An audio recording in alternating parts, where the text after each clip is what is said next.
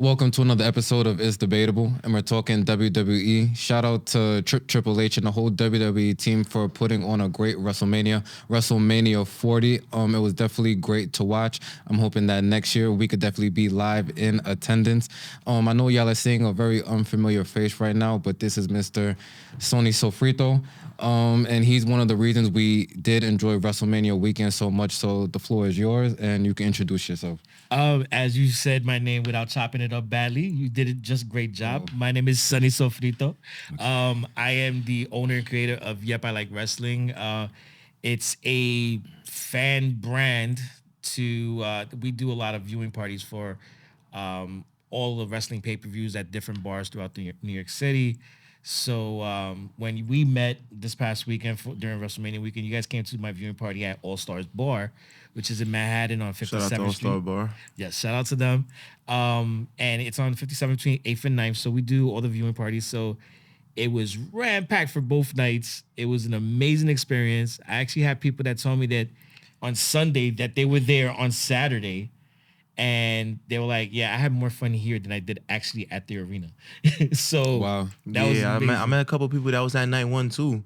Like people from like Louisiana all over. I'm like, what you doing out here? It was just like, yo, like it was a better experience over there. Yeah, man. Thank you. It was fun, man. Cause it's what it is that it's almost kind of like you combining the best of all the elements of going of a WWE show, right?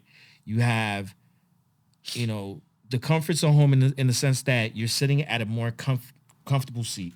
Right. You're surrounded by fans, which is what happens at an arena.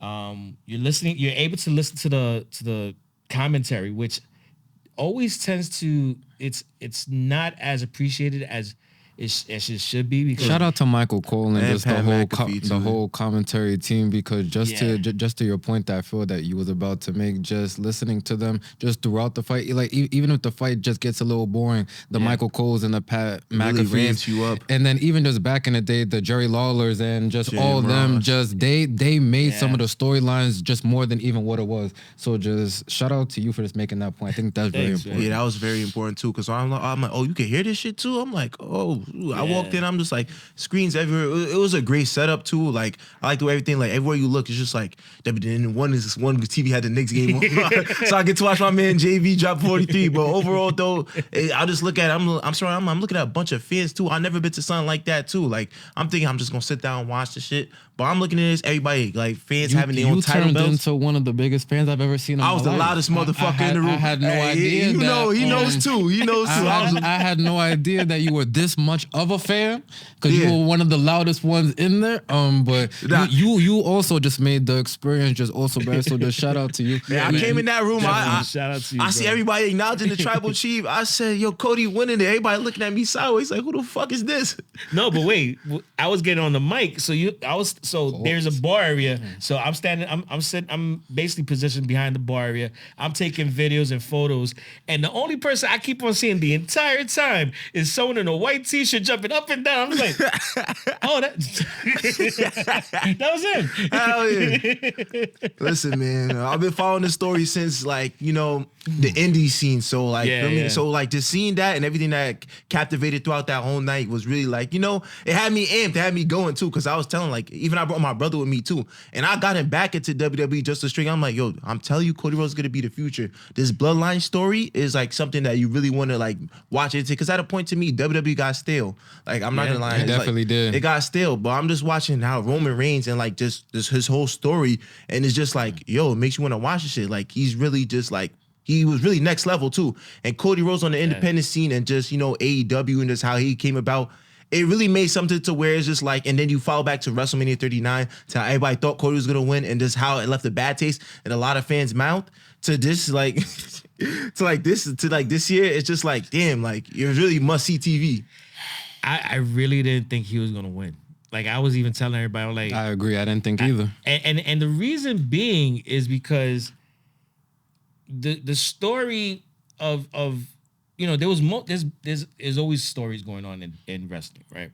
Mm-hmm. The story was being, one of the stories is we got to see Roman pass Hogan. So to surpass Hogan, Right. it would have been him having the belt until September 9th or something around After there. after SummerSlam. So Yeah, one of the plans was keep it till after, Yeah, that was one of the things I had heard Mm-hmm. going around, that he was gonna keep it till at the very least September 9-ish, 11th, 10th, whatever, so he could pass Hogan on that level of history. Then it's like, well, what about Cody? Well, Cody's story isn't really about doing it at Mania. Cody's story was about just doing it because the Mania wasn't the story, the belt was. The lineage, the fact that was part of the same lineage that Dusty Rhodes had that belt that was then taken away from him. So he was like, no, I want that belt. So that's why in the beginning of the story, remember when he came out and at the press junket, on that Monday Night Raw, when Rock first came out, he was like, I'm going to take it, but I'm not going to take it now. Right. Because that was going to be the whole thing. It was like, oh, I'm going to get it. I'm going to get it eventually. But, you're going to take your cousin on. And then when everybody said, no, that's when that shit just changed. But I want to say real quick, I do think him winning at WrestleMania does play a little part in his story because the fact he lost at WrestleMania. If Cody had won it on any other card, the fans would have been happy for sure, but it wouldn't have been the same unless you redeem yourself on WrestleMania, because that's where he lost it. So that's all I want to say in terms of that, because I know you said that before. I got you totally. But you know what? But he was one of the things I love about wrestling is the fact that it's the amount of fantasy booking that people do, right? Yeah. Now, let's say Cody had not won. But then, because there's a pay-per-view that his father started that's always been brought back every now and then. What if he would have won it at Starrcade? I don't know. I don't think, because when you think about WrestleMania, I mean, that would have been good, just filming off the strength of his father. But at the same time, you want to have, I think WrestleMania is just moments that last forever. Like when we look back at it, like the Hogan, the Andre, No, don't get me wrong. NBA Finals, Stanley Cup, anything totally you want to name, I think those moments last forever. So when we think about it, you can't. If you said it would have happened at Starrcade, you can't bring back the Undertaker, John Cena, the final boss, The Rock. I mean, there's no saying they couldn't. They couldn't, but it wouldn't have hit the same. Because if you really want to be technical now, the venues are different. They're gonna get one of the biggest venues for WrestleMania. Yeah, so if we really want to be technical now and break it all down like that, we can. But I want to get into WrestleMania. We will get back into the Cody Rhodes and Roman Reigns story. Cody Rhodes finishing the story. Shout out to him once again. But the first match that kicked off WrestleMania was Rhea Ripley versus Becky Lynch. I just want to say my piece real quick, and then I'm going to give you the floor, because I don't have too many nice things to say. The match very just underwhelming. I wasn't impressed by anything. Rhea Ripley looked dominant just for the most part, just like how she always does. And I get it. That is her persona, to kind of dominate a lot of these matches. But now I also heard that Becky Lynch wasn't feeling too well. So I don't know if that's why they maybe put the match first, or maybe why it ended how it did. But even just the build up to the match, I don't feel Becky Lynch sold it enough for me. I think just her character right now has just gotten a little stale. And I think in the creative department, they have to just do something different just to get the fans back on her side. Because there was a lot of different, WWE females that could have faced Rhea Ripley and made it for a much bigger match. Seb has been bringing up the point, it should have been Nia Jax. And I kind of agree. I think they would have had just a better match in the ring, and I think just the build up, just Nia Jax being a giant and just Rhea Ripley, everything she's doing, I think it would have made for a better story. But I just wasn't too impressed with the match. Rhea Ripley did retain. How'd you feel? Okay, so you unpacked a couple of things I gotta touch on. So I'm gonna go backwards. Nia Jax and Rhea Ripley would have been a great match, but they shot themselves in the foot with Australia. Right. So it was almost like the only way you really make that happen that would have made sense is if Rhea wouldn't have won in Australia. It would have been like a no contest or something like that, where the rematch would have ended up becoming WrestleMania. Right. That would have made more sense. But then you also would have lost that spot with Jade Cargill in the middle of the ring for Royal Rumble as well. So there's layers to it that, the booking, it changes the booking around. Wait, actually, no. You know what? I just realized there's a way that it could have worked because she could have won Elimination Chamber or something like that. But anyway, True. Becky, yeah, they said that she had like 102 fever and she was also dealing with strep throat. That, she definitely wasn't as crisp as she normally is, but I thought she still put on a good match. I felt like the match went shorter than it normally does. Yeah. But I think they had to due to the sickness. Yeah, right? Exactly. So it's like props to Becky for actually putting on the match and actually being able to just soldier through it. One of the things I've been hearing is that Becky and Seth are supposed to be taking some time off. I heard that too. So, I mean, these were going to be their last matches anyway. It's just, she's definitely going to be probably disappointed right now that she didn't have a better performance, but, it is what it is. When I tell you Rhea Ripley's entrance was so sick. No, it was fire. I mean, dude. She had the actual live band that performed the song there and some the whole atmosphere. shit. But then as she's walking down the ramp, she's singing on cue with the band. You know how hard that is for someone to actually sing along to the band that doesn't have a monitor in their ear to know that they're actually hearing what they're hearing? Oh my God. And one little side note, today I saw it. So when I was in Philly, because I was in Philly for Wally Mania as well as for the HOG show. That was on Thursday, Wally Mania, then Friday for the HOG show. Okay.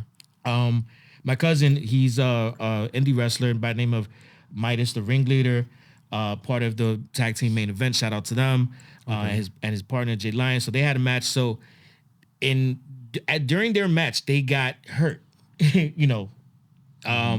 and they had a special fan in the house who got really emotional. And when they saw them, when later on at the merch table, they saw, and she was better, little girl. So I remember this little girl. I remember the dad, and I was like, oh yeah, and she's official. She's like, I'm gonna be a wrestler. I have a finishing move. I'm doing this, doing that. So then today I'm scrolling through TikTok and I see this little girl. She is the ultimate Rhea Ripley fan. Okay. Got to meet her, was dressed up with the makeup and everything. The mom and dad actually did a whole little thing where they were like, they're driving and they're not letting her know where they're going. They're like, hey, we're gonna watch it at Auntie's house or whatever. And they're going to the arena and like, wait, this isn't. And you see the little girl in the background. She's like, where we going here? Where are we going? They end up going to WrestleMania, taking them, and she met Rhea Ripley. No, that's crazy. Yeah. And it was an amazing, but it was something where it's like, that match may have been a disappointment for you, but there is a couple of little girls out there who found this to be the most amazing match of the entire card. So, which is funny about wrestling. Whereas you are disappointed extremely with the match, there is going to be a whole nother contingent that thinks that was the best match on the card. Facts. For sure. And shout out to all the work that Becky Lynch has done since being called up to the actual main roster. Yeah. It's been a phenomenal run. I just think they just need to do a shake. Oh, yeah. That's all I'm saying. So shout out to both of them. But Seth, how'd you feel about the match? The match was weak to me.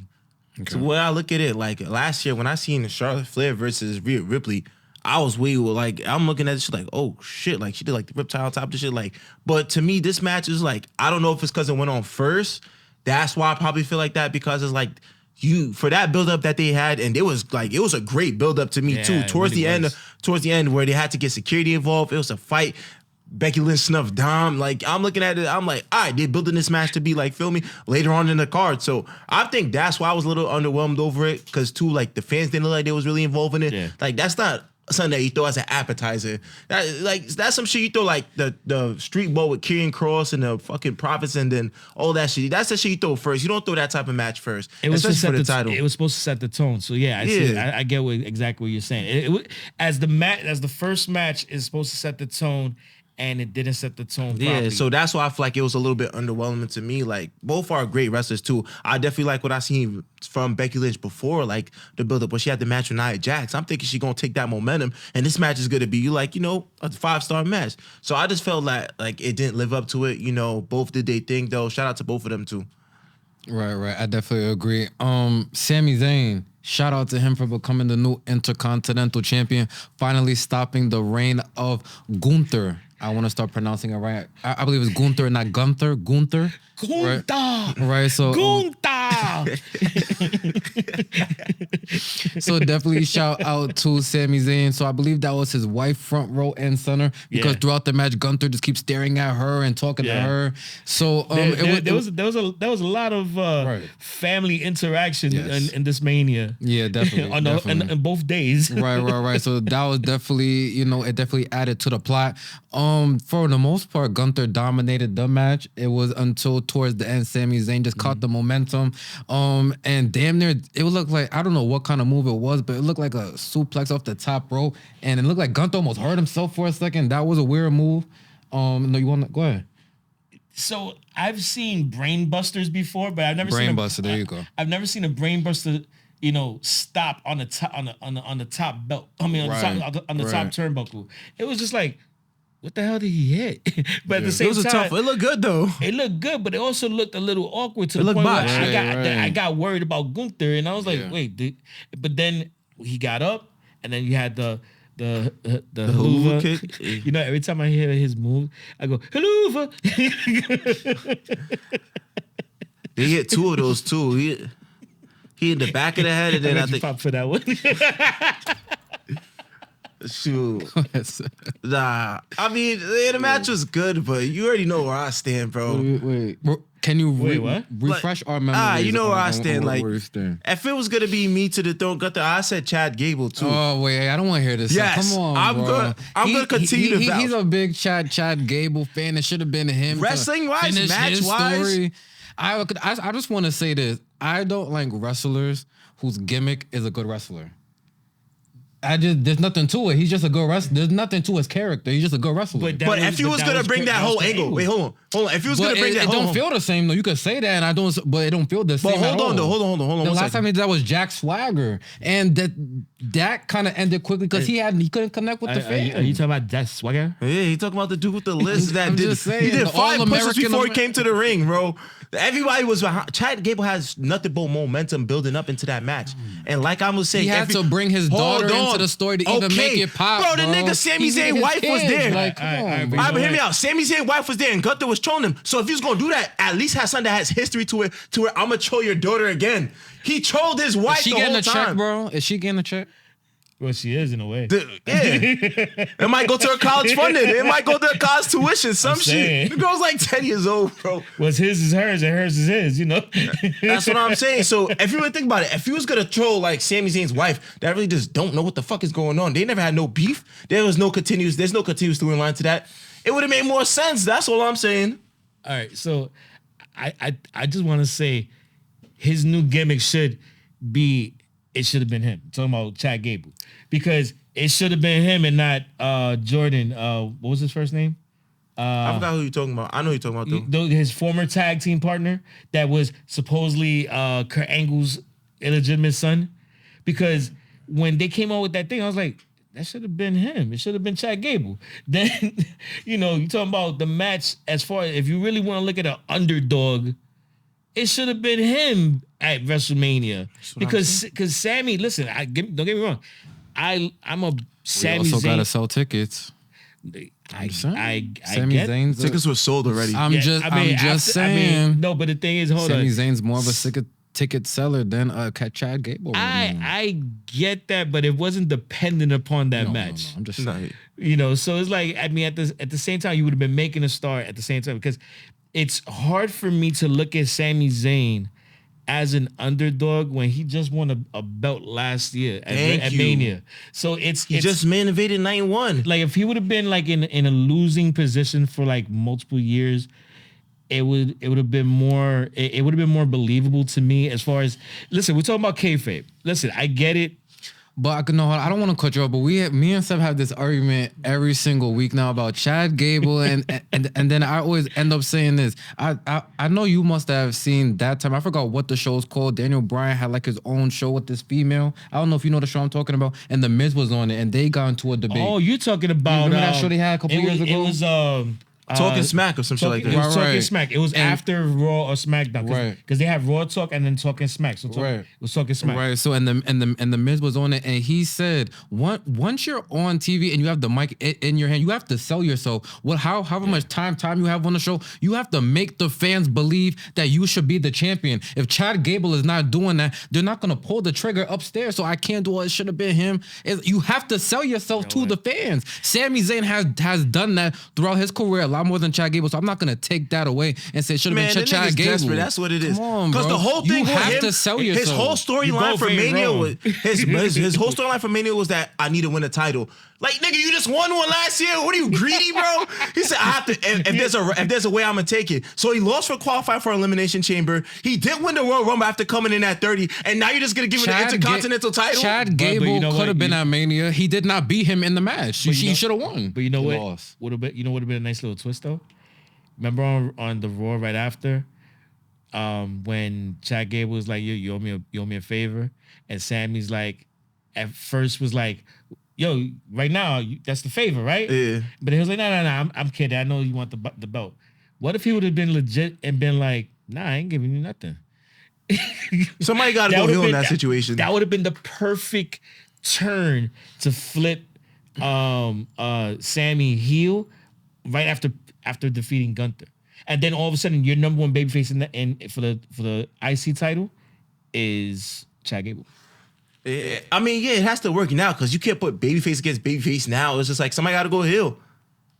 Listen, I don't know, but shout out to Sami Zayn for winning it. I'm interested to see who's gonna be, his next opponent and how long is gonna be his title reign. Gunther, I believe he's gonna, move on up. I think he's gonna start fighting for the World Heavyweight Championship. I see that too. The WWE Championship, just depending on, after the WWE draft on who goes where. I think it's gonna be a lot more clear of a lot of things. But shout out to him. But I want to move on to another match. The 6-woman tag match. You had Damage Control going up against Bianca Belair, Naomi, and Jade Cargill. I just want to say this, and then the floor is yours.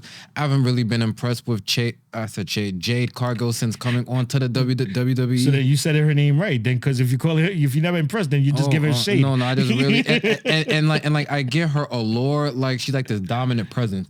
I get it, but her in-ring work, it seems like her matches are like 30 seconds. She just dominates it, and she does the same moves. Some and Goldberg shit. It's just not. Have not been impressed with how they have delivered her. So that's the only thing I'm really taking from that match. I expected the team of EST and them to win. That's what I gotta say. All right, so let's start off with the heels in this. We're talking about Io Sky. I mean, not Io Sky. Oscar. The Kabuki Warriors, I think. I hate that name. The Kombucha Warriors. Kabuki was a theater, a Japanese theater that basically all the women in Kabuki theater were played by men. So in other words, you're calling them drag queens? What the hell? Transformers? Okay. I hate them being called the Kabuki Warriors. I just think it's a stupid name because Kabuki theater was a theater that, ancient Japanese theater, all men actors anyway, but I digress. It was a squash match. It was dope. Card filler. It was a card filler. I mean, I like the fact that Bianca Belair had a match, and so did Naomi. Right. I like Jade Cargill. I don't know if it's that they're protecting her because she's still green, or if it's a thing where they don't know what to do with her yet because she's so much larger than all the other competitors that they don't want to, make a almost out of her. Where almost is kind of hard to put him in a position to be in a long lasting feud with somebody because he's so much larger than everybody else. So I mean, shout out to him. He's one of the coolest people I've ever met in the world, by the way. Shout out to him. But it was a match. It was okay. It was, 2 stars. I love the entrance. I feel like it wasn't enough of a challenge in the ring. And the thing is that I think it was almost like they made the heels in this match, Dakota Kai and Oscar. And I don't know that other one's name. I know her name. I'm drawing a blank because there was Io Sky. She was in NXT and she was always amazing. It'll hit me. But anyway, I felt like they were made to play the role of just jobbers. That was it. Okay. Basically, it's a filling card here. I don't really have nothing to say to it too. To me, I just really think that just the protection of Jade Cargill is important too for somebody that made headlines for being a free agent signing too. I definitely like the move of pairing her up with Bianca Belair right now, so it leads to like maybe they win tag team championships, and then you build enough to where Jade Cargill can go on their own to where you can have a Mania match or something like that, or even a SummerSlam match. But that's just really all I have to take away from that. All right, so they also had the 6-pack tag match where, you know, I felt like that match was really made so we could split these titles, so SmackDown could have their own set of tag titles and Raw can have their set on of tag titles. So shout out to R-Truth and the Miz. R-Truth. That might have been actually my favorite moment of night when R-Truth did climb the ladder and grabbed it. The crowd is 100% pushing him right now, so shout out to them. And then for SmackDown, Austin Theory and Grayson Waller. I get giving them the titles. They are popular on SmackDown right now. They're like the jocks, like the annoying jock. Like they're like the '80s villain in teen movies. Right. Yeah. So it's definitely working though. Right now they are playing the roles well. So shout out to them. They split the titles. They are they are the Billy Zabka. Okay. I get you. But Seb, how'd you feel about just, you know, them splitting the titles? I like the idea too. I didn't know how it was gonna work. I thought they were just gonna hang both titles up, but they did it separately. So like whoever wins. So, but I liked it too because you got a heel that has a tag team title, and then you got a face that has a tag team title. So to me, the Theory and Waller situation makes sense too because they've been tagged up for like at least some time now, and I didn't know how that narrative was gonna go for them, but it definitely made sense. I thought it was gonna be the Street Profits or something like that to win, but I'm happy it's them too because now it's like they're arrogant to where that if they're winning, like people are just gonna dislike it more, but it's gonna draw more attention too, rather than seeing that. And now for the Awesome Truth side, it's like the build up to it was just. It was great. I'm not gonna lie. For the way they booked R-Truth, for when he came back since Royal Rumble and all that. One of the hardest workers. He makes us laugh, but for him to be serious in that unserious role, shout out to him. He's one of the best. Yeah, he's talented as hell. Talented. He's been around for a long time, so I don't think a lot of new fans, bro. He's been around for a very long time. Yeah, at least like 25 years plus, and like he damn near should get a pension. Like he's been around a long time. So shout out to him for getting. Yeah, I definitely like the Awesome Truth reunion too. I like the entrance too when they came out too. The fans were involved. Like they had the shit. They had the spot where he did the tag, like where Miz tagged him in. He had the hot tag. Yeah. So like Archie, because it's like R-Truth always finds a way to make something funny out of a situation. I don't know how to describe it too, but it's like. He'll play dumb, but I know like he's probably one of the smartest people you'll even talk to. But the way he plays his character is like to perfection too. Like even back then we had the little Jimmy shit going on too. Like people believe there was a little Jimmy. Like R-Truth is like one-on-one, like future Hall of Famer too. I definitely like that he got his Mania moment. I don't think he ever had a Mania moment before, but this one is definitely something one for the books. Right. So the biggest match of night one, why everyone was there for. The return of The Rock hadn't wrestled till that night in the last 10 years, or was it 12? The last 10 years. Teaming up with his cousin Roman Reigns, the former WWE champion, to go up against Cody Rhodes and Seth Rollins. I think we all kind of predicted who was gonna win that match. Well, let me say at least I did, because I think that was the perfect lead up to if Cody Rhodes was gonna finish the story.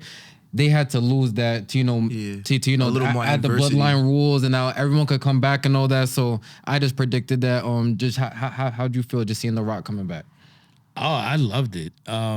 It was funny because if you watch certain matches over the past, just over the history of wrestling, especially with WWE, whenever you see a match that starts off very slow pace, it means it's gonna have a very strong ending. And I mean, it started off slow, but they stared at each other for the first 2 minutes without moving. That was annoying though. They're just staring at each other. But you gotta really like. I thought at first it was a tornado tag. Cause I'm like, why the fuck they both just in the ring? Stand, but it really builds up because everybody was like.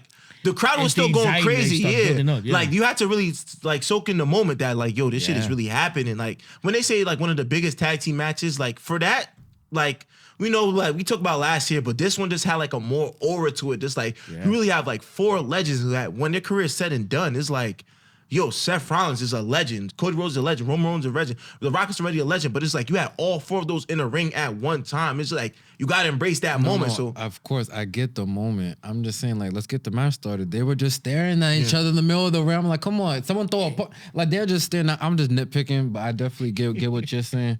Enjoy the moment. I wanted to see the match. Like when y'all hit each other. Like I want to see. Like let's get started. To me though, Seth Rollins is the MVP of the whole Mania, especially night 1. And like, feel me, and you know me, I wasn't big on the gimmick, but Seth Rollins, the wrestler though. I was the one that was telling you his in-ring work. If you don't like his gimmick, how he dressed and all that, that's your opinion. But when he gets in the ring, when he gets in the ring, yo, Seth Rollins, if you ever see this shit, bro, like, yo, shout out to you. Like, you really like. When I'm talking about like really sell it and just like even with the injury too, like when Rock like like took like a leg off or some shit like that, you really seen that he might like it might be over for night 2, and like the fact that they still managed to like continue like to tell the story of night 2 and how it might go for Cody and Seth and just like a continuation of it, I really like what they did there. Like moments within the match where they had the spots outside the arena on the announce table, shit like that, just like. They really did a good job because it's like, I'm looking at this, I'm like, yo, this match is really like, I give it 5 stars. I don't care what nobody else is. But because say the match was boring, but to me, they had great spots all throughout the match. My son, Seth Rollins, hit a curb stomp face first onto Roman as he's hitting the guillotine. I'm just like, oh, like they got real creative with it. That was dope. Cody Rhodes had the Cody Cutter where he tagged into, like there was great spots within that match. There was some really good spots that I had never really seen before in that match that were great, and I was just like, yeah, this is well done. But I did not expect Cody to get pinned by Rock at all, because I thought Cody and Seth were gonna go over, but then with severe consequences, because I thought basically Seth was gonna get really hurt or whatever, and then get a cash in then. Or go into the next night where he's just having a hard time competing, and I mean, I know we haven't gotten to night 2, but it was like there was things that I didn't think were gonna happen that happened, that I was pleasantly surprised, looking back. But I was surprised that it went the way it did. Right. Just shout out to all 4 of them. Just the build up to WrestleMania, just The Rock coming back and just all the work he has done. Just coming back sort of still as the babyface, but then turning heel just due to the backlash of Cody winning the Royal Rumble, and then he wasn't in the main event, and then he was in the main event. So shout out to the whole WWE just for pivoting, and now we got the heel Rock, and he looked good too. I'm not gonna lie, he looked good out there. That final boss. Oh, the final boss persona, I definitely love that. Yeah. Just how creative he is. We always need his ideas and opinions in WWE. And the thing about them, it was supposed him and Roman being that main event and everything, and you think, all right, well, if they're gonna team up, it kind of looks a little lopsided because one is the star, but then the other one is actually the champ. But now that Rock got his own people's champ title, they looked almost on par on the same level. Yeah, they look somewhat identical too. Yeah. And the thing is, the question was like, when are they gonna turn on each other? Like, is Seth Rollins gonna turn on Cody? Like, and the thing that really just like, I'm just like, yo, nobody turned on each other too. And that's the whole thing that people were waiting for. Like, The Rock gonna turn on Roman gonna turn on The Rock. Like, well, everybody was also made a huge gasp when Rock got speared by Roman. Right. Yeah, I thought that was when it was planting a seed for something for night 2. Yeah. I thought that was definitely something interesting that happened. But just moving on to night 2, we were just talking about Seth Rollins. He went up against Drew McIntyre for the World Heavyweight Championship. I just want to say shout out to WWE for bringing that title back. I just think when it was in its prime, when Batista had it and all that going on, his runs and Edge and the Rey Mysterios, I think the World Heavyweight Championship definitely meant something. Yeah. It's definitely gonna take some time just to get that prestige back on the title, but I just love having that back in WWE and the work Seth Rollins has done, them just kind of ushering him in with that title, just a workhorse, all the work he's done. Shout out to him. Drew McIntyre, the work he's done, sort of changing his character and working with CM Punk and that whole storyline. He's done great work. Seb, you was very invested into this particular match. How do you feel about the outcome? To me, I think that they planted it really well to where Seth Rollins gets the time of leave, like, from dealing with injuries and so. But the way it looked, it was just like, at first you thought it was going to be a quick 1, 2, 3, because they started off with the Claymore, and it was like, within the that's first 5 seconds. But then again, it showed like the resiliency of Seth Rollins too. Like they didn't make him go out like no bitch. That's one thing I can say. They didn't make him go out like no bitch. And that initial moment when he did that first Claymore, tell me you didn't think of Daniel Bryan. Yeah, I thought Daniel Bryan. I thought JBL and Rey Mysterio. Like I thought it was like over with. But the Brock Lesnar versus Kofi. Yeah, some shit like that. But they really kept it to where like he's hurt, but he's gonna continue. And there's points in the match where you really thought like, yo, Rollins might be able to like do it. And then we thought Damian Priest was gonna cash in on Rollins. But at a point it got too much to where it's just like, all right, he can't do it no more. He hit the curb stop on the announce table. He hit the curb stop damn near every chance he got. It was a finisher event. Like at least they backed out the finish at least like 5 or 6 times between both of them. But it just showed the resiliency of Seth Rollins. They still put on a great match. And then just the end of the match too, I just like, feel me, like Drew McIntyre really showing off in CM Punk's face, and CM Punk had enough. It just leads to more like when you see like the Raw after Mania is more to talk about. Damian Priest getting into cash in to where it's just like, is he gonna cash in? Nobody believed me when I said he was gonna cash in. You was just like, I don't want to see Damian Priest cash in. I knew he was gonna cash in. That was the perfect opportunity to. Damian Priest cashing in. How did you feel when it first happened? His music hits. How are you feeling as a fan? Well, first off, as a Puerto Rican. Oh wow. Oh shit. Shout out to all the Puerto Ricans out there, man. Wepa. Yo, dude. Just that alone, I popped. Like I actually met because I met Damian Priest back in December after the December show at MSG. Oh. Cool as hell.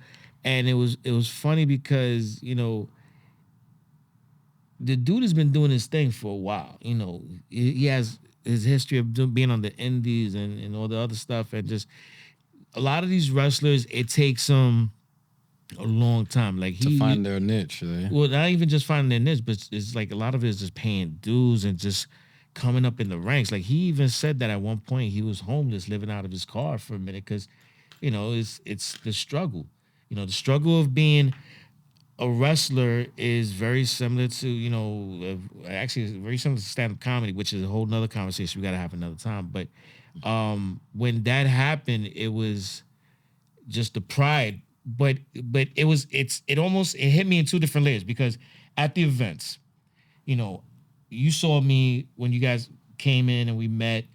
I was never in one place at one particular time. Nah, yeah. You know, I'm either on the mic. I also have a bullhorn because I'm also, you know, talking to everybody, like, you know, just getting everybody amped and just creating a whole experience where everybody's just having a great time. Right. So I don't really get a chance to watch the pay-per-views. Later on that night when I was home and I was rewatching it, he was at the top of the stage after he got the championship belt, which is a beautiful belt, I gotta say. I mean, yeah, it's clean, it's crispy. He's there. He's like, "Yo soy boricua. I'm a Puerto Rican." Dude, the goosebumps and just like the swell of pride that just makes you just go, "Oh," was amazing, and that just hit everybody. Yeah, it's well deserved too, because at that point it's like, when is he going to cash in? I feel like they've been doing great work as the Judgment Day too, but at a point it's just like they ran their course on what they could do without a title. So I feel like they needed a significant moment too. Rhea Ripley had a significant moment. Now it had to be Damian Priest had his significant moment too. And I feel like those two needed that because of what they built to before that, when Edge recruited them into the Judgment Day. So he seen something in them to where like they're gonna be stars. And I feel like that all culminated into one night. I forgot about Edge. Nah, shout out Adam Copeland. Shout out to Edge.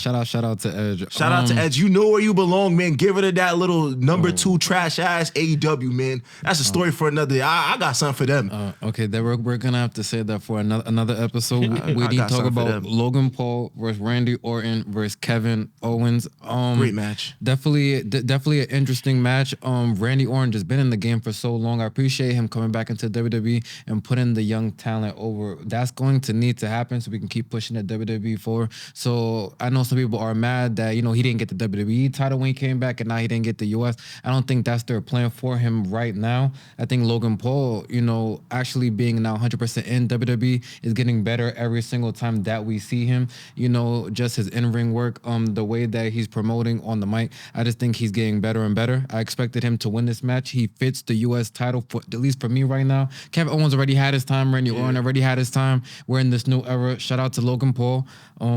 Maybe you feel a little bit differently. I'm not sure.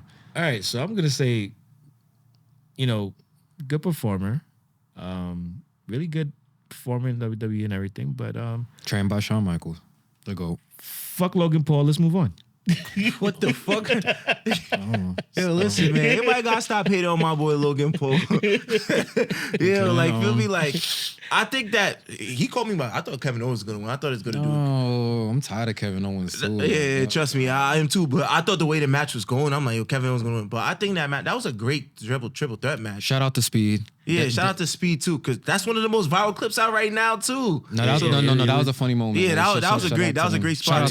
And the way he sold the RKO too was like, there might be some talent there too for him to come to the WWE. But Logan Paul, what he's done thus far for the WWE, I feel like he's helped them elevate it too, because now he got the Prime logo, bringing other influencers. Great match, great match. It was a great spot too, because fuck Logan Paul.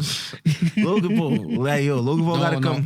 I really appreciate in ring work, what he can do inside of a WWE ring in a short amount of time too. Should be appreciated. Period. I'm not saying he's the most likable dude. I'm not saying that, but just what he is doing, even with the podcast, getting more WWE people on the podcast, trying to make WWE as big as possible. He's doing his fair share. He's doing his part. Yeah, he's doing his fair share. I appreciate that. That's what I'm saying. That's why I don't. Everybody has a right. He's a really great interviewer. Yeah, great interviewer. He just had John Cena. He just had John Cena on the pod. That was definitely and the thing is, he's taking it serious too. Ripley. Like, you know how before Logan Paul, they would just dabble into everything. I feel like he's fully invested into this. He said that though. Yeah, that's his niche right now. So when I'm looking at it too, he looks like he's been doing it for some years. It looks natural. Like, he knows his spots. Even a part where a lot of WWE stars were just saying like, he's meant for the business, where he caught Rey Mysterio on the spot, where Rey Mysterio almost botched the backflip, but he came a little too short. Damn near saved his life. He saved his life in that thing. So that was scary. And that's instincts. You can't teach that too. No. Like, even Randy Orton said, he's like, yo, how I knew he was meant for the business was when you did that, because not a lot of people would think to catch him and like try to counter into a move. Like, that's what I like. Feel me? So like, when I see Logan Paul in the WWE, it makes sense. It fits his persona. Somebody that's like arrogant, like the fan, like people already don't like him, so you really got him as a heel. I don't know how you could ever turn him to a babyface, but as a heel right now, he's doing solid work. He could become a babyface at one point. I've seen a lot of his clips where he's doing his podcast and his interviews. Where there's one in that he's actually talking about how he feels about being a heel as opposed to being a babyface. That it was with Seth Rollins, and his interviews are really good, and I really want to like him, but fuck Logan Paul. Shout out to Logan Paul. Shout out to the triple threat match too. Shout out to Logan Paul, still our United States champion. We know who's come for that belt next. The who? LA Knight, yeah. All right. Bailey versus Io Sky for the women's championship. That broke my heart. I think that might be your favorite. I was really invested into that match out of the whole weekend. I don't know. Out of nowhere, I became a very big Io Sky fan and Damage Control. I don't know why. It was her title. Like and they took it from her. Like I don't know why. I don't know why they did that. I'm not on the Bailey bandwagon. I'm just not really a fan too much. And Io Sky needs to win her championship back. I'm going to just be on that bandwagon until it happens. That's all I have to say. She got a sick elbow from the top rope. Who, Io Sky? Yeah. I look at it and I'm just like, damn, it's pretty. Great in-ring work. Yeah, no, she's an amazing performer. Has to learn more English words, but she has to. You know what? They're more fluent than we know. The problem is that because the accent is so thick, it's like, you know what? Just play it off, yo. You need an advocate like Paul Heyman or Bailey, something. She said, Bailey, you never win this. You see, it's my title. Like, shout out to her though. Like, yeah, they could have had a little bit more of a promo, like. More built up promo, but the match itself was actually a good match. I feel like because I remember that was on SmackDown one time, and she was holding Bailey by the hair. She said, "You see this? You never win it ever. It's my title." You know what? I gotta figure out what her partner's name is because it's really driving me nuts. I don't know who that girl is though. For the longest, I did not. But Seth, Bailey, your new women's championship, champion. How you feel about the new movement, new era? It's all right. I'm not gonna lie, I wasn't too moved by it. I didn't really care who won. I wouldn't mind seeing Io Sky retain just off the fact that I feel like you could do more with Damage Control. Like, you could make them at least a dominant faction now, and where you even have matches where, because they said at a point, Damage Control was running like the women's division for SmackDown, and like nobody really could get a hold of that. Bayley did build it up, but it's just like it's so like. How do I say it? It's like it's obvious that somebody it was that a redemption story. Yeah, a redemption story. She turned babyface and she used to be with Damage Control. I get the whole story. I do. I'm just saying now, but now we also always got to remember the other side of the hill. Now what? You know what I'm saying? She got to the top of the mountain. Now we have to see as a champion. And does Io Sky get a rematch clause? That always we always got to remember that when you get to the other side. Kairi Sane. That's her name too. Yeah, that's her name. And I've known her name for a long time. I've been drawing a blank on her name for some time. Kairi Sane. Okay.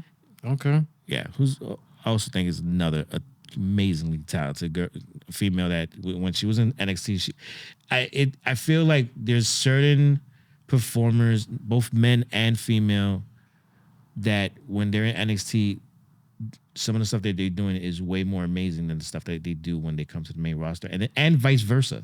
Because I feel in NXT is very, very, very much more predicated on the actual match. Not really the build up too much because the promo be really cringy for me sometimes. But their in ring work definitely do be very, very, very good. No, I don't know. I think a lot of good things that come out of NXT, like especially this class is coming up right now. The Trick Williams and Carmelo. If you take out Carmelo Hayes and Trick Williams, it's not too much going on though. Yeah. Well, for right now, there's that new dude that's coming up, Ilya. Ilya Dragunov. But he's been there for a while too. He's been there for a while, but he's the NXT champion now, right? Yeah, but they said that he should get that call up soon because Braun Breaker's out of there too. Yeah. I don't know what's the hold up on Baron Corbin. I feel like he's done great work. I don't like nothing about him. Baron Corbin's problem is that he got called up already before. Yeah, but I think like he did his dues for NXT. What's next for him? What it is that Baron Corbin, it's nothing's heading for him, and I feel like there's been too many proposed packages for him, but nothing's been genuine. Like I see him as a heel. I don't see him as a big. He just looks annoying. So you don't think the tag team with him and Braun Breaker that wasn't going strong? No. I'm not talking about NXT. You talking about just I'm talking about his past stuff before he went down to NXT. Anything that they put on him, it didn't stick. It was just kind of like it always felt forced. It never felt like something that was, something that was catered to be about him. It was just, try this gimmick on for size. Try this, try that. Whereas, the most successful performers have always been the performers that are based on their real personality, just tuned up to 1,000. Right. And the thing is that they've never done something with him. I feel like some of the performers that we've seen that have been kind of like, typecast or pigeonholed for, whatever the case may be, have been because of the fact that they're not really trying to bring out their true personality. So like the thing with like Roman Reigns too, where they had him as this thing where the big dog, to where he got more creative control and really like controlled how himself is, and that really led him to new heights in his careers too. Things like that. Cody Rhodes too, his whole story and everything. Seth Rollins just let people be who they are. You just don't think that stick with Baron Corbin? Yeah, I mean, I've seen videos that he's posted where it's where it's his, it's not wrestling related, so it's his own personality. I think the dude could be something. His in ring is amazing because he does some amazing in ring stuff. It's a matter of how do you get this person over on a character level, main stage wise too. Yeah. Also, sometimes we also gotta realize and ask ourselves is, did we just see his peak? Some people don't have the same peaks as others. Did we just see his peak? He did get called up. He did have his own storyline, and that could just be it. Well, but also remember that when he was called up into WWE, that was during the Vinnie Mac era. Right now, with the Paul Levesque era. Shout out Vince McMahon. I'll say it. I'm sorry. Yeah, you know what? No Diddy. So anyway, shout out Vince McMahon. We can't just erase everything he did. We're not doing erase that. What he's done. Shout out Triple H, but do we even get a Triple H without Vince McMahon? We're not doing this. Come on. Of course not. We're not. Shout out Vince McMahon. We're gonna shout him out, but also we're not gonna erase the attitude ever. But remember that it's almost as if Vince McMahon was a player that only hit grand slams and home runs. Right now, Triple H is a player that hits singles, doubles, triples. And he has to do a lot more to even catch up. Like we can't even compare the two. We're not comparing, but we would say McMahon would do like 3 errors. Of course. We're now on the Triple H era, and let's see how it all plays out. But let's not. Come on now. No, you've been watching it for a long time. Don't do that. Vince McMahon gave you a lot of classics on Friday night. Calm down. Nah, he did. Calm down. Chill. And he was a part of the storyline a lot of the times too. That was a whole different thing. That was awesome. But it's just, the whole on the creative side, there was a lot of amazing characters he brought to the stage, and there was also a lot of amazingly horrible characters that he brought to the stage.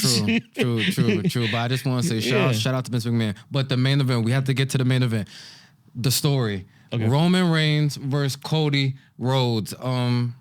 If you're a WWE fan, you already know what happened. Cody Rhodes did finish the story. It was a great match. We got a lot of great returns. Just talk to us about the finished story.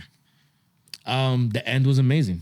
I mean, it was nonstop. Like, I mean, if you were an asthmatic, you had a freaking hard, a difficult time going through that because of the fact that you had, Solo come out, then you had Cena come out, then you had the final boss. Then you had the final boss come out, and now we're gonna call him the final boss. We're not going to call him. That's a tough name. I like that. I like the final boss. It's a tough name. It's made me kind of go, yeah, I guess we are gonna go. Don't fuck around with the final boss. Look at you now. Look at you now. Nah, he had a lot of quotable moments. Mama Rhodes, I'm gonna make your son bleed.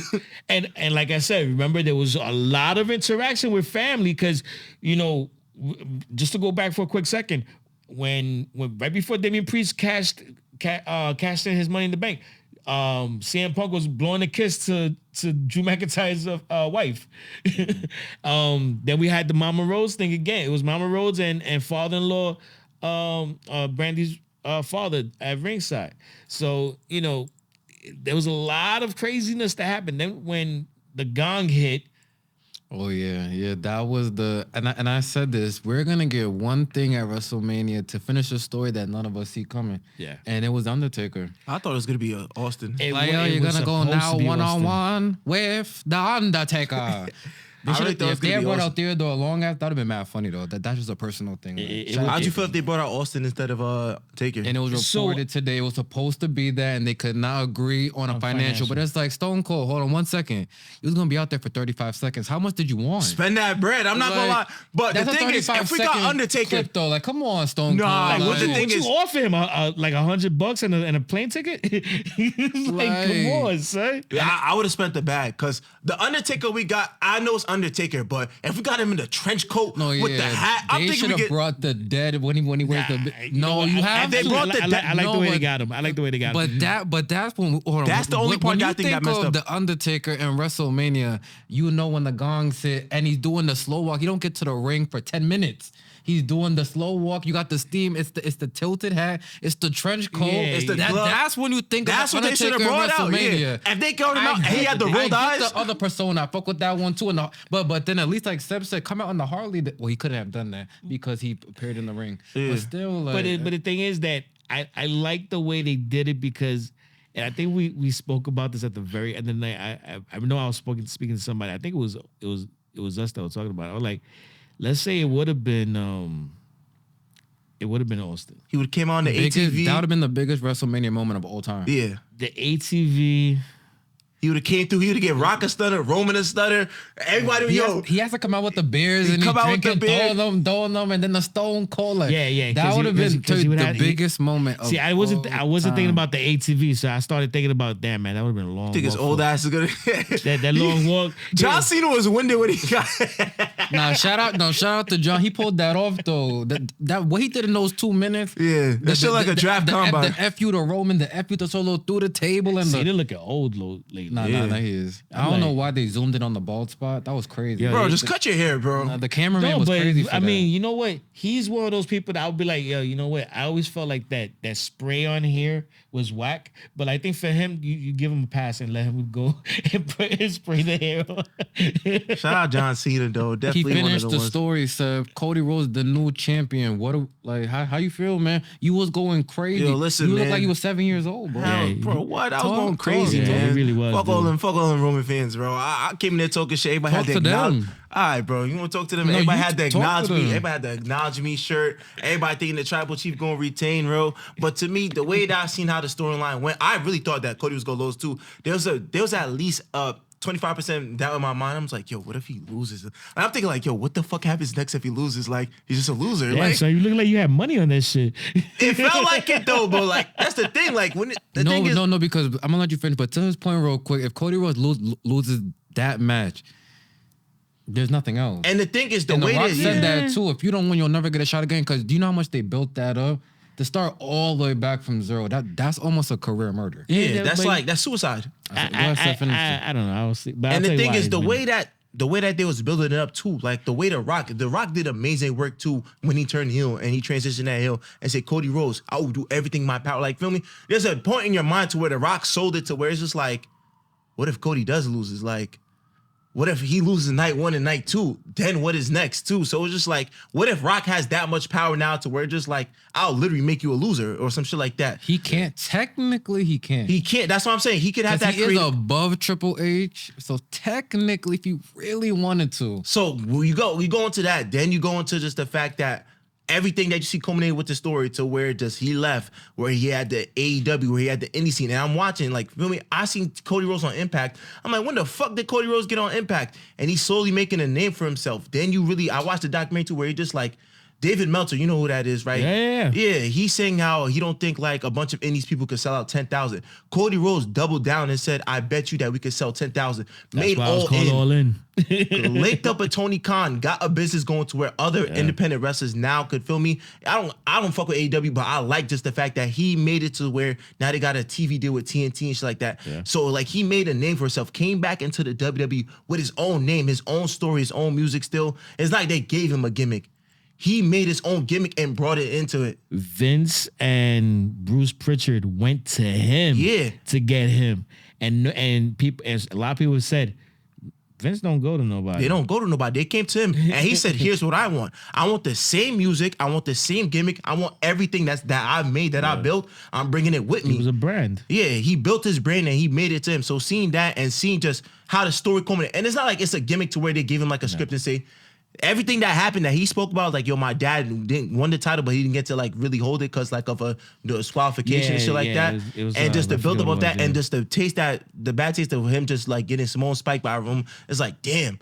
They built it to where, like, feel me, you gotta wait a whole year and everything, like, feel me, all the side quests and shit. So it was a great moment too, like a WrestleMania moment that sticks out too. So you have that moment mixed with the John Cena moments, the Triple H, the Undertaker, just like those moments like last. So just the whole storytelling of that is where it made me like really invest. I'm like, yo, he gotta win it. So when he did win, I'm just like, yo, let's fucking go. Like I'm screaming, I'm the loudest one in the bar. I'm just like, yo, like, feel me, that's great story. And that's really what WWE's about. Like, how can you have like a story like impact fans like to where the point where the bar was divided. Everybody was saying, let's go Roman, let's go Cody. Like really the bar was was. dead ass divided. Yeah, it really was. That's what I'm I saying. mean, So, it was, and that was what made it so exciting too, because you really felt like, wow, this, like the party really, you know, you go to viewing parties and you don't expect it to have like that kind of liveliness. yeah, Where there's people like just acting like they're at the arena. Yeah, it was. there's people screaming. It's like, oh, it's over. Roman won. And Cody won. The next, you know, all the appearances that came into, it's like everybody came together. Like it really felt like authentic to be like a WWE fan. It made you feel like young again too. Yeah. It made me feel like a kid because I'm really watching this shit. And I watched WrestleMania before. Like I watched last year, like on my laptop and nothing like that. But when I came to the venue and I just seen how just the energy was, it's just like, yo, like. They really like, it really showed you to where just like it's a classic mania. So it's like where they say one of the biggest WrestleManias of all time. It really felt like that because when you think about it, like 10 years down the line, 20 years down the line, you think about the mania that you watch. I'm gonna think about it like, yo, I seen Cody Rhodes win at WrestleMania and finish his story. You're gonna think about it like, yo, that day was jumping. So that's how I looked at it as. I'm happy that he finished the story. I really want to see what's next too, because there's always like the story does continue. Like wrestling itself always continues. There's always a new story. There's always new challenges. I want to see how he holds the title now, and more so just like what he does within his title set. Because now that you're the champion, there's more expectations. Like Roman carried for like at least the past 4 years to where he was the island of relevancy, to where like if you went against Roman Reigns, it's just like, do you have what it takes to beat Roman Reigns? Are you bigger than Roman Reigns? There was nobody bigger than Roman Reigns at that time. So now it's just like you have the throne. It's like, what can you do with it? Can you like exceed what Roman does? Because now that's what people that say like, yo, you dropped the title to Roman. Can you exceed what he did, or can you even like make a name for yourself as Roman did? So it's more to see. I like the way it ended. Just everybody in the ring. It looked like Avengers Endgame. That's what everybody compared it to. Right. So the memes have been crazy like that too. All right. Okay, so that was a lot right there. Just real quick, just from me, shout out to Cody Rhodes. I turned on him last minute, and I wanted Roman Reigns to retain the title. I just don't like change, so I wanted Roman Reigns just to continue to be the champion. But shout out to Cody Rhodes. He definitely finished the story. I felt like a kid again, just seeing the Undertaker come back. I thought they was about to bring back Dean Ambrose once they hit the Shield music. Think that was a little sprinkle right there just from Triple H. But we're gonna have to watch out for that. There's so much more we have to talk about. We are going to get into it, but we just have to end the show. Shout out once again to Triple H. Shout out to you can definitely end the show. Let me just say this: just shout out to Triple H, shout out to WWE, shout out to The Rock, the TKO board, the WWE, everything that y'all are doing. I'm invested. We're gonna keep doing these recaps and what's going on. And just thank you everyone for subscribing, for watching. Just to make sure you like the video, comment. We're gonna have clips for y'all coming on Instagram, TikTok, all that. Just keep following the movement. And it's a personal thank you for you, just for making all of us have a good time at that event. Yeah, and the floor is yours to finish off. I got nothing else to say. One of the biggest goosebump moments of that night, Samantha Irving announcing Cody as the winner, and you see her crying and emotional. Am I fucked up because it was funny to me? Like hearing it in my AirPods, like, cause like her voice started cracking. She said, "And the new." You know what? She couldn't even get it out. That was funny. It was. But the thing is that you see the emotion of the story. Her journey's been crazy too. If you really know the Samantha story, I actually discovered it. She had a crazy story. So shout out to Samantha for finding her home now. Yeah, because she was everywhere. Yeah, and she's an amazing singer too. Yeah, everywhere. But that whole thing, that it was just the culmination of with her and the emotion and everything, him going to everybody and giving them hugs. That was awesome. Shout out to her, man. Shout out to WrestleMania though. Shout out to everything that happened that weekend, night 1, night 2. Shout out to just shout out to the WWE right now for coming back to relevancy. If you don't like the video, you're fired. The Rock don't fuck around. And if you want to come meet up with us, Yep, I Like Wrestling. Follow us at YEPILW. SummerSlam coming. Platforms. Oh my God, SummerSlam's gonna be bananas. SummerSlam coming. Yeah. Woo! Thank you.